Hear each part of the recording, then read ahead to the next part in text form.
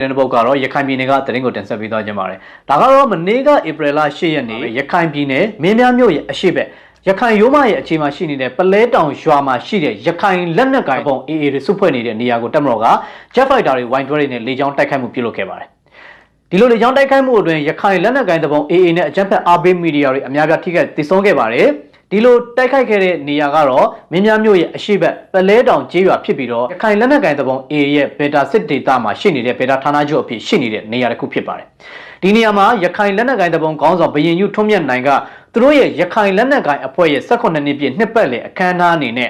ဇုံးမီတင်ကနေမိန်ကွန်းပြောမယ်မိန်ကွန်းချွေမယ်ဆိုပြီးတော့လေကြီးလေကျပြောဖို့စဉ်းစားထားတဲ့ထိုင်ကသူ့ရဲ့လက်အောက်ကန်ခိုင်းဘက်ရခိုင်စစ်သွေးကြော်တွေကိုစူးစီးပြီးတော့ online ကနေတဆင့်ဝါဒဖြန့်မှုစူးစီးထားတဲ့အချိန်တက်မတော်ကအချိန်နေရာတိတိကျကျနဲ့လေကြောင်းတိုက်ခိုက်မှုပြုလုပ်ခဲ့တာဖြစ်ပါတယ်မြန်မာရှယ်လင်း channel မှာကြိုဆိုပါရစေမြန်မာရှယ်လင်း channel ဆိုရင်နေ့စဉ်နေ့ဥတလာရေးနဲ့ပတ်သက်တဲ့သတင်းထူးသတင်းကောင်းလေးတွေတင်ဆက်ပေးနေတာမို့မြန်မာရှယ်လင်း channel ကို subscribe လုပ်ပေးပြီးအသစ်တွေပေးရအောင်ဘေးနားက notification လေးကိုပါနှိပ်ပေးခဲ့ပါနော်ကြည့်ရှုသူများကိုအထူးပဲကျေးဇူးတင်ပါတယ်ရှင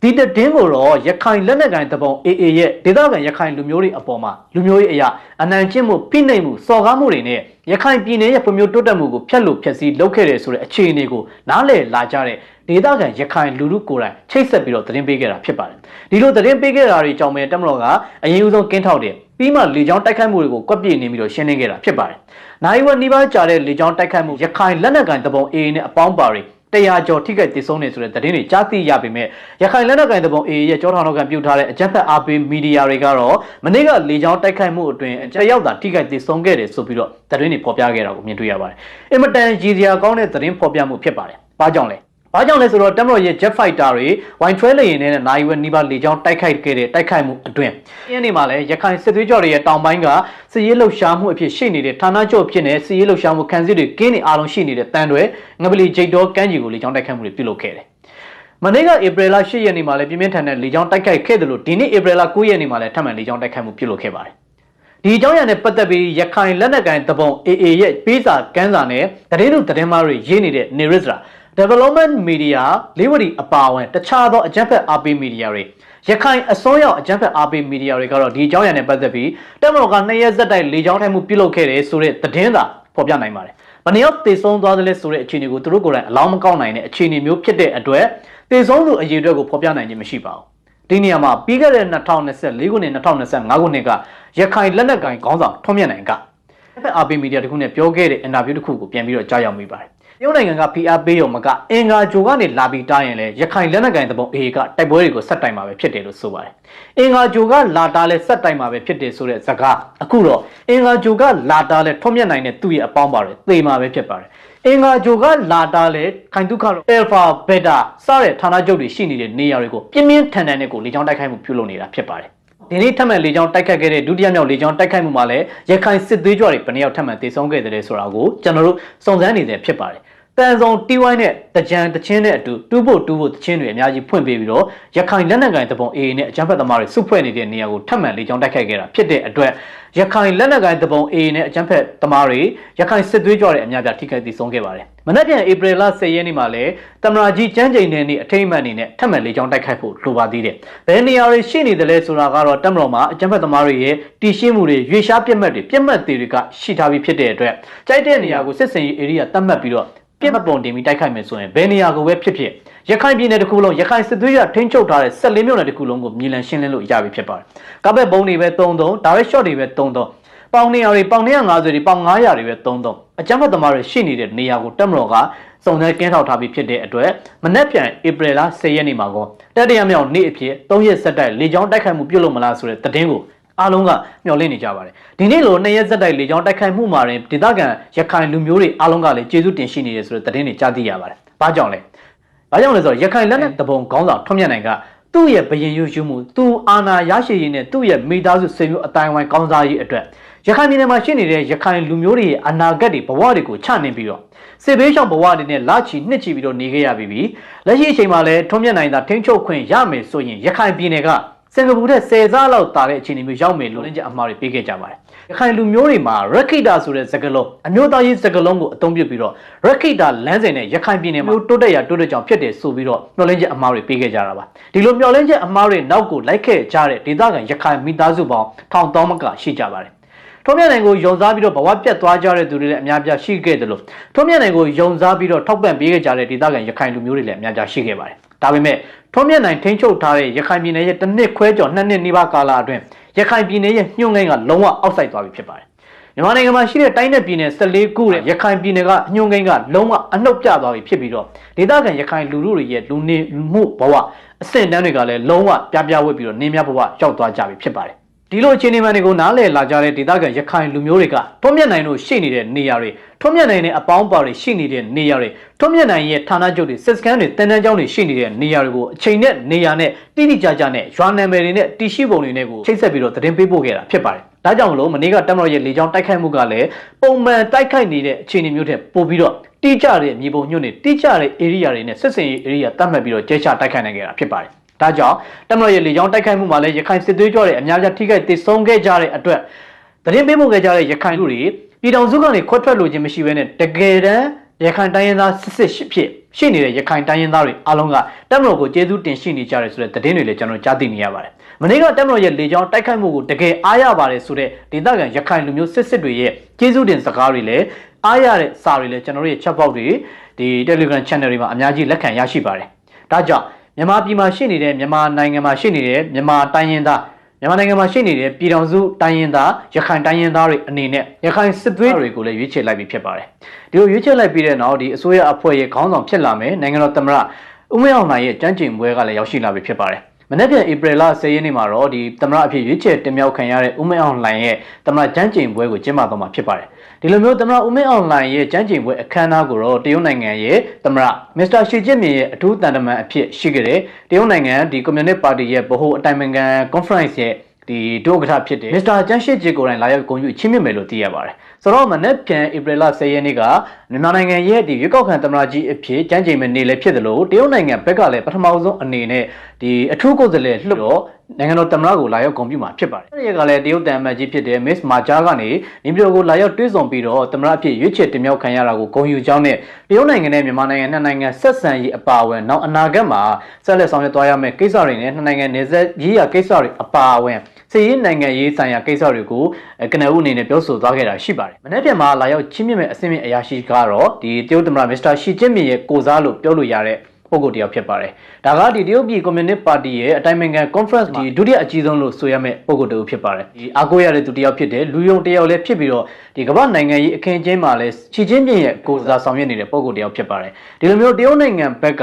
ဒီပထမဆုံးအနေနဲ့ဥဖြားဖြားနဲ့လာရောက်ပြီးတော့နေပြည်တော်ထိလာရောက်ဂုဏ်ပြုမဲ့ဆိုတဲ့အခင်းအကျင်းကလက်ရှိအာဆီယံဒေသအတွင်းသာမကကမ္ဘာနိုင်ငံရေးအတိုင်းဝိုင်းကြားမှာလည်းသမ္မတအဖြစ်ရွေးချယ်တင်မြှောက်ခံရတဲ့ဦးမင်းအောင်လှိုင်ရဲ့နိုင်ငံရေးဂုဏ်သိက္ခာအဖြစ်ကြည့်မယ်ဆိုရင်လည်းအများကြီးထင်ဟပ်စေတယ်အများကြီးပေါ်လွင်စေတာကိုမြင်တွေ့ရပါတယ်။ဆက်လက်ပြီးတော့လည်းအာဆီယံဒေသတွင်းနိုင်ငံတွေကဆိုလို့ရှိရင်ပထမဆုံးအနေနဲ့ကမ္ဘောဒီးယားနိုင်ငံကဒီဝမ်းမြောက်ကြောင်းသဝင်လာတွေပေးပို့ခဲ့တဲ့ဖိလစ်ပိုင်နိုင်ငံကလည်းအာဆီယံချာတာတွေနဲ့ဆက်လက်ပြီးတော့မြန်မာနိုင်ငံရေးမြန်မာပြည်တွင်းရေးပြည်ပခါကိုကင်တွယ်ဖြည့်ရှင်းသွားဖို့ဆိုပြီးတော့အဆိုပြုလာတာရှိတယ်။ဆက်လက်ပြီးတော့တခြားဒီမိဖက်နိုင်ငံတွေအနီးချင်းနိုင်ငံတွေကလည်းမနက်ဖြန်ဧပြီလ10ရက်နေ့ဒီနိုင်ငံတော်ရဲ့သမ္မတအဖြစ်ရွေးချယ်တင်မြှောက်ခံရတဲ့ဦးမင်းအောင်လှိုင်ကြမ်းကြိမ်ပြီးသွားပြီဆိုရင်တော့လုံဝ officially သမ္မတဖြစ်သွားပြီဆိုရင်တော့ဂုဏ်ပြုချင်းမြင့်တာတွေဂုဏ်ပြုဝင်လွှာတွေအများပြရောက်ရှိလာဝယ်ရှိပါတယ်။ပြီးခဲ့တဲ့ရက်ကရွေးချယ်တင်မြှောက်ခံရတဲ့ဆိုတဲ့အခြေအနေမှာတွင်ဒီတရုတ်နိုင်ငံဘက်ကအိန္ဒိယနိုင်ငံဘက်ကဘယ်လာရုစ်နိုင်ငံဘက်ကနောက်ပြီးတော့ရုရှားနိုင်ငံဘက်ကစတဲ့ဒီမြန်မာနိုင်ငံရဲ့မိတ်ဖက်နိုင်ငံကြီးတွေလို့ခေါ်တယ်ဆိုတာကတရုတ်နိုင်ငံကောအိန္ဒိယနိုင်ငံကောဘယ်လာရုစ်တို့ရုရှားတို့က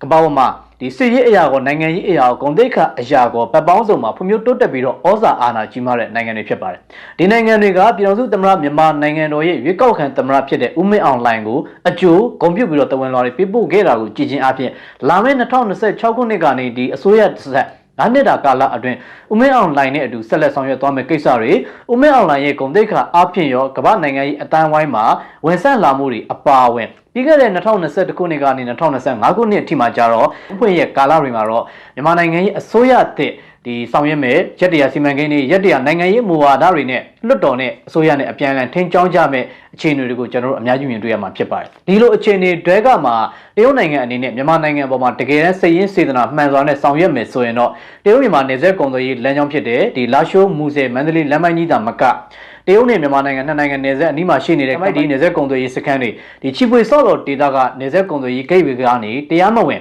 တိုင်းဒေသလက်နက်ကအမိခံထားတဲ့အဖွဲ့တွေနဲ့ညှိနှိုင်းပြီးလှုပ်ဆောင်နေတဲ့စီးပွားရေးလုပ်ငန်းတွေအားလုံးကိုလည်းထိန်းချုပ်ရမှာပါတယ်။ဒါတွေကိုတော့လာမယ့်အစိုးရတက်လက်ထက်ဦးမင်းအောင်လှိုင်ဘယ်လိုကင်တွယ်ဖြည့်ရှင်းသွားမလဲဆိုတဲ့အချက်ကိုကျွန်တော်တို့ဆက်ပြီးစောင့်ကြည့်သွားရအောင်မှာဖြစ်တယ်။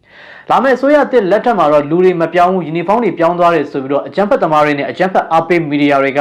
2010ခုနှစ်ကဦးသိန်းစိန်အစိုးရလက်ထက်ပုံစံမျိုးပဲဘောင်းမချူအစိုးရဆိုတဲ့ပုံစံမျိုးနဲ့တရော်တော်တော်ရှိတဲ့တွေပြောဆိုနေတာကိုတော့မြင်တွေ့ရပါတယ်။ဒါပေမဲ့လက်ရှိနိုင်ငံတော်အင်္ဂါစင်ထဲမှာပါနေတဲ့ပြည်ထောင်စုဝန်ကြီးတော်တော်များများက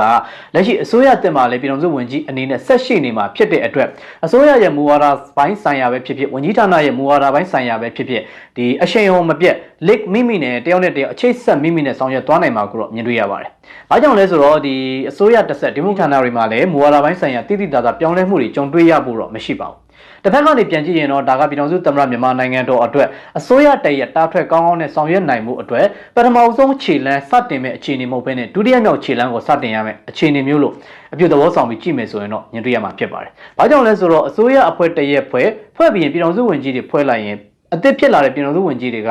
ဒီအစိုးရရဲ့ရန်ရာဌာနဆိုင်ရာတဲ့လှုပ်ဆောင်မှုတွေနဲ့အစိမ့်သက်သက်ဖြစ်နေပြီးတော့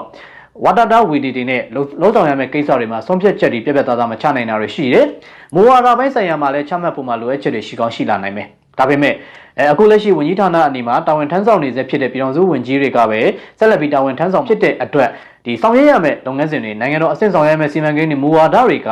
လက်စိတ်ကမ်းပြီးတော့တည်ဆောင်ပြီးတော့ဒီပုံမပြီးဖွံ့ဖြိုးတိုးတက်ဖို့အတွက်အရှိန်အဟုန်ကောင်းကောင်းနဲ့တာထွက်ကောင်းကောင်းနဲ့ဆောင်ရွက်နိုင်မယ်ဆိုတဲ့အခြေအနေမျိုးဖြစ်ပါတယ်။မြင်တော့ပြောရရင်တော့အစိုးရတရက်မှာစပြီးတော့ပထမခြေလှမ်းလှမ်းရမှာမဟုတ်ဘဲနဲ့နောက်ထပ်ခြေလှမ်းတစ်ခုနောက်ထပ်လေကားတစ်ခုကိုတက်လှမ်းရမှာဖြစ်တာကြောင့်မြန်မာနိုင်ငံရဲ့ဒီ2026ခုနှစ်အစိုးရလက်ထက်မှာတော့တိတာတဲ့ဒီအရွေ့တွေတိတာတဲ့ပြောင်းလဲမှုတွေနဲ့တိတာတဲ့အရှိန်အဟုန်တွေတော့မြင်တွေ့ရမယ်လို့ကျွန်တော်အားလုံးမျှော်လင့်နေကြပါတယ်။မျှော်လင့်နေကြတဲ့အတိုင်းဖြစ်လာဖို့ကိုလည်းအားလုံးကစိတ်ဝင်စားနေကြပြီးတော့မျှော်လင့်နေတဲ့ပုံစံမျိုးတိုင်းပဲပြည်တော်စုဝင်ကြီးတွေကလွှတ်တော်ကရောနိုင်ငံတော်အစိုးရကရောနိုင်ငံရေးမူဝါဒအပြောမယ်ဆိုလို့ရှိရင်တော့နိုင်ငံရေးစစ်ရေးစီးပွားရေးကိစ္စတွေအားလုံးကိုအရှိန်အဟုန်နဲ့ဆက်လက်ပြီးတော့အကောင့်ထဲပေါ်သွားနိုင်မှုကိုမျှော်လင့်ဆောင်စားလျက်ရှိပါတယ်။ဒါကြောင့်မလို့မြန်မာနှစ်စန်းတရက်နောက်ပိုင်းကနေစပြီးတော့ဒီအစိုးရတရက်ရဲ့လောက်ကင်နိုင်မဲ့နိုင်ငံရေးမူဝါဒတွေစစ်ရေးမူဝါဒတွေစီးပွားရေးမူဝါဒတွေအပါအဝင်ဥပဒေတွေနည်းဥပဒေတွေနဲ့လက်ရှိဒီမြန်မာနိုင်ငံမှာကြုံတွေ့နေတဲ့အကျယ်တဲလောင်စာစီအကျယ်တဲလျှက်စစ်စွမ်းရင်အကျယ်တဲစသဖြင့်အကျယ်တဲကဏ္ဍအသီးသီးမှာလိုအပ်နေတာတွေကိုဆက်လက်ပြီးတော့ဖြည့်ရှင်းသွားဖို့အတွက်အကောင်းဆုံးအခြေအနေတစ်ခုကိုမြင်တွေ့ရမယ်လို့တော့ညွှန်လင်းရပါတယ်။ဒါကမြန်မာနိုင်ငံသူမြန်မာနိုင်ငံသားတွေအတွက်လည်းဒီမျှော်လင့်ချက်ရောင်ကြီးတန်းလာပြီလို့ဆိုရမယ့်နေ့တရက်ကိုရောက်လာတာဖြစ်ပါတယ်။ဒါကြောင့်မနေ့ပြန်ဧပြီလ10ရက်နေ့မှာတော့ဒီနိုင်ငံတော်သမ္မတဖြစ်ရွေးချယ်တင်မြှောက်ခံရတဲ့ဦးမင်းအောင်လှိုင်ရဲ့သမ္မတကျမ်းကျိန်ပွဲကိုကျွန်တော်တို့တွားရောက်သတင်းရိုက်ကူးတင်ဆက်မှာဖြစ်ပြီးတော့ဒီနိုင်ငံတော်အဆင့်အခမ်းအနားကြီးတစ်ခုအနေနဲ့ခမ်းနားစွာနဲ့ဂုဏ်ယူစရာကောင်းတဲ့နေ့ရက်တွေကိုကျွန်တော်တို့ဆက်လက်ရိုက်ကူးတင်ဆက်ပေးသွားမှာဖြစ်တယ်ဆိုတဲ့အကြောင်းတင်ဆက်ပေးခဲ့တာပဲဖြစ်ပါတယ်။တစ်ဆက်တည်းမှာပဲပြည်ထောင်စုဝန်ကြီးတွေကလက်ရှိတာဝန်ထမ်းဆောင်နေတဲ့ပုဂ္ဂိုလ်တွေကပဲဒီပြည်ထောင်စုဝန်ကြီးအဖြစ်ရှိနေမှာဖြစ်တဲ့အတွက်တချို့နေရာတွေမှာဒီအခြေဆက်မိမိနဲ့ဆောင်ရွက်နေတာတွေကိုမြင်တွေ့ရတယ်။ဥပမာအားဖြင့်ကျန်းမာရေးဝန်ကြီးဌာနကိုကြည့်မယ်ဆိုလို့ရှိရင်လက်ရှိတာဝန်ထမ်းဆောင်နေတဲ့ဖြစ်တဲ့ဒေါက်တာသက်ခိုင်ဝင်းကအခု2026ခုနှစ်ဦးမင်းအောင်လှိုင်အစိုးရမှာလည်းဒီကျန်းမာရေးဝန်ကြီးအဖြစ်ဆက်ပြီးတော့တာဝန်ယူမှာဖြစ်ပါတယ်။ဒါကြောင့်မလို့ဒီ CDN ကျန်းမာရေးဝန်ထမ်းအယောက်350ကျော်ကိုဒီနေ့ဧပြီလ9ရက်နေ့မှာပဲမန္တလေးစေတက္ကသိုလ်ရဲ့ဒီဇီဝကစာသင်ဆောင်မှာ blacklist အမည်ပြတ်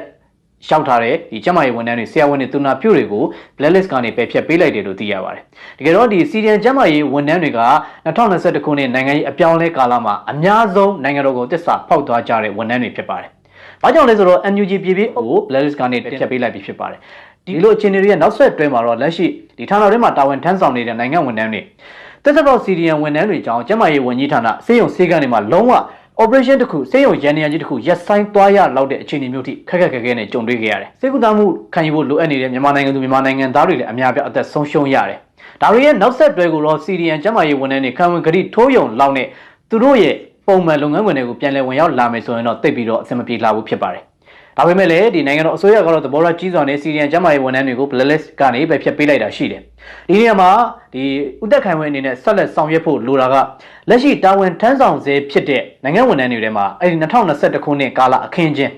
အကြမ်းဖက်ရဲ့အနိုင်ကျင့်မှုဖိနှိပ်မှုချင်းချောက်မှုတွေကြောင့်ယာယီတာဌာနကနေကင်းကွာသွားကြတဲ့ကျန်းမာရေးဝန်ထမ်းတွေရှိကြပါသေးတယ်ဒီကျန်းမာရေးဝန်ထမ်းတွေကတလနီးပါးဌာနကနေကင်းကွာပြီးတော့တလအတွင်းဌာနနဲ့ပြန်လည်ချိတ်ဆက်ပြီးတော့ဒီနိုင်ငံဝန်ထမ်းအနေနဲ့ကြာရတာဝန်တွေကိုထမ်းဆောင်ရင်းဒီမူခါမုံတိုင်းကာလဒီကိုလင်ကာလတွေမှာနိုင်ငံတော်အစိုးရနဲ့အတူဥသက်ခိုင်ဝင်းရဲ့ဒီမူဝါဒတွေနဲ့အတူဥသက်ခိုင်ဝင်းချမှတ်ထားတဲ့ဒီစီမင်းစည်းကမ်းတွေနဲ့ကျန်းမာရေးစောင့်ရှောက်မှုကိစ္စတွေအားလုံးကိုမငြီးမညူနဲ့ဆောင်ရွက်ခဲ့ကြတဲ့ဝန်ထမ်းတွေအများပြားရှိပါသေးတယ်။ဒီလိုတာဝန်ထမ်းဆောင်နေစေဖြစ်တဲ့ဝန်ထမ်းတွေကိုတော့ဒီတလနီးပါးဌာနကင်းကွာရဲဆိုတဲ့ခေါင်းစဉ်နဲ့စာပေဘုတ်တွေမှာမှင်နီတားထားတဲ့အခြေအနေမျိုးတွေရှိပါသေးတယ်။ဒါတွေကိုလည်းဥသက်ခိုင်ဝင်းအနေနဲ့ဖြေလျှော့ပေးဖို့လိုအပ်ပြီဖြစ်ပါတယ်။မိတိုင်အောက်မှာအမှောင်ဆုံးအခြေအနေဖြစ်နေတာကတော့တိတ်ပြီးတော့ဘဝင်မကျစရာဖြစ်တယ်လို့ပဲဒီနေရာကနေပြောင်ပြောင်တင်းတင်းပြောဆိုရမှာဖြစ်ပါတယ်။ဘာကြောင့်လဲဆိုတော့လက်ရှိကျန်းမာရေးဝန်ကြီးဌာနမှာတာဝန်ဆောင်နေစေဝန်ထမ်းတွေထဲမှာတော်တော်များများက2021ခုနှစ်ဖေဖော်ဝါရီလ1ရက်နေ့ကနေ2021ခုနှစ်မတ်လ1ရက်နေ့လောက်ထိတလနီးပါးဌာနကင်းကွာတာတွေရှိခဲ့ပါတယ်ဒီလိုဌာနကင်းကွာတာတွေကဒီအကြမ်းဖက်သမားတွေရဲ့စီယုံမှုလှုံ့ဆော်မှုတွေအောက်ကိုလိုက်ပါသွားကြတာမဟုတ်ဘဲနဲ့အကြမ်းဖက်သမားတွေအကြမ်းဖက်အားပေးတွေနဲ့ social punishment လုပ်တာတွေပုံကိုရေးဆိုင်ရာတိုက်ခိုက်မှုတွေနဲ့အသက်အန္တရာယ်ချင်းချောက်မှုတွေကြောင့်သူတို့ရဲ့စေယုံတွေစေပေးကမ်းတွေတိုက်နယ်စေယုံတွေကျေးလက်ကျန်းမာရေးဌာနခွဲတွေကနေစပြီးတော့စေယုံတွေအားလုံးမှာ operation မရန်နိုင်တဲ့အထိဂျူတီကျနေတဲ့တာဝန်တွေကိုတွားရောက်ထမ်းဆောင်နိုင်ခြင်းမရှိတဲ့အတွက်ဆရာဝန်တွေရောကျန်းမာရေးဝန်ထမ်းတွေရောတူနာပြုတွေကိုအားလုံးကကင်းကွာကုန်ကြပါတယ်ဒါကြောင့်မလို့တလာနီးပါးကင်းကွာသွားကြတဲ့နိုင်ငံဝန်ထမ်းတွေနဲ့ပတ်သက်ရင်ဒီနေ့ဒီအချိန်ဒီ blacklist တင်သွင်းထားစေဖြစ်တယ်ဒီနေ့ဒီအချိန်ဒီမှင်နီတားထားစေဖြစ်တယ်ဆိုတဲ့အခြေအနေကိုတော့ဖြေလျှော့ပေးဖို့လိုပြီဖြစ်ပါတယ်ဒီအခြေအနေကိုတော့ဥသက်ခံဝင်းတိလားမတိလားမတိလားသုံးလားစသဖြင့်ဒီကာလတစ်ခုသတ်မှတ်ပြီးတော့သဘစ်ပုံမှာဒီမှင်နီတားထားတဲ့အခြေအနေတွေကိုတော့ဖျက်သိမ်းပေးဖို့လိုပြီဖြစ်ပါတယ်ဒါကလာမယ့်အစိုးရတဲ့လက်ထက်ပြည်ထောင်စုဝန်ကြီးတွေအနေနဲ့ပထမဆုံးပြောင်းလဲပေးတဲ့နဲ့ဖြေလျှော့ပေးတဲ့နဲ့အနေနဲ့ပတ်သက်တဲ့အကြောင်းအရာပဲဖြစ်ပါတယ်ဒါကျမရေးဝန်ကြီးဌာနတစ်ခုတည်းကိုပြောလိုက်တယ်ဆိုတာကဒီနေ့မန္တလေးစစ်တပ်ကတော်ထဲမှာဒီစီရီယန်ကျန်းမာရေးဝန်ထမ်းဆရာဝန်တွေတူနာပြု354ဦးကို blacklist ကနေတင်သွင်းပြီးတော့ကံဝင်ကတိထိုး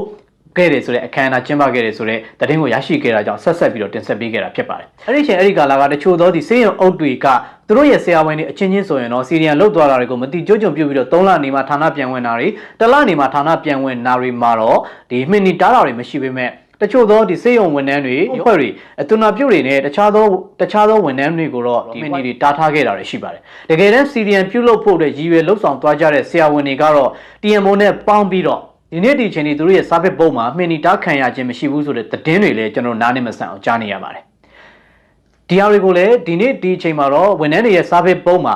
မှင်နီတားထားတဲ့အခြေအနေကိုဖြေလျှော့ပေးသင့်ပြီဖြစ်ပါတယ်။အခုလက်ရှိဝန်ကြီးဌာန30ခုတည်းကနိုင်ငံဝန်ထမ်းတွေယာယီကင်းကွာသွားတဲ့နိုင်ငံဝန်ထမ်းတွေရဲ့စာပေပုံနဲ့ပတ်သက်ရင်တော့အစိုးရတရက်အနေနဲ့ဝန်ကြီးဌာနတွေရဲ့ပြည်ထောင်စုဝန်ကြီးတွေအနေနဲ့ဒါတွေကိုကင်တွယ်ဖြေရှင်းသွားဖို့ဖြေလျှော့ပေးဖို့လိုအပ်ပြီဖြစ်ပါတယ်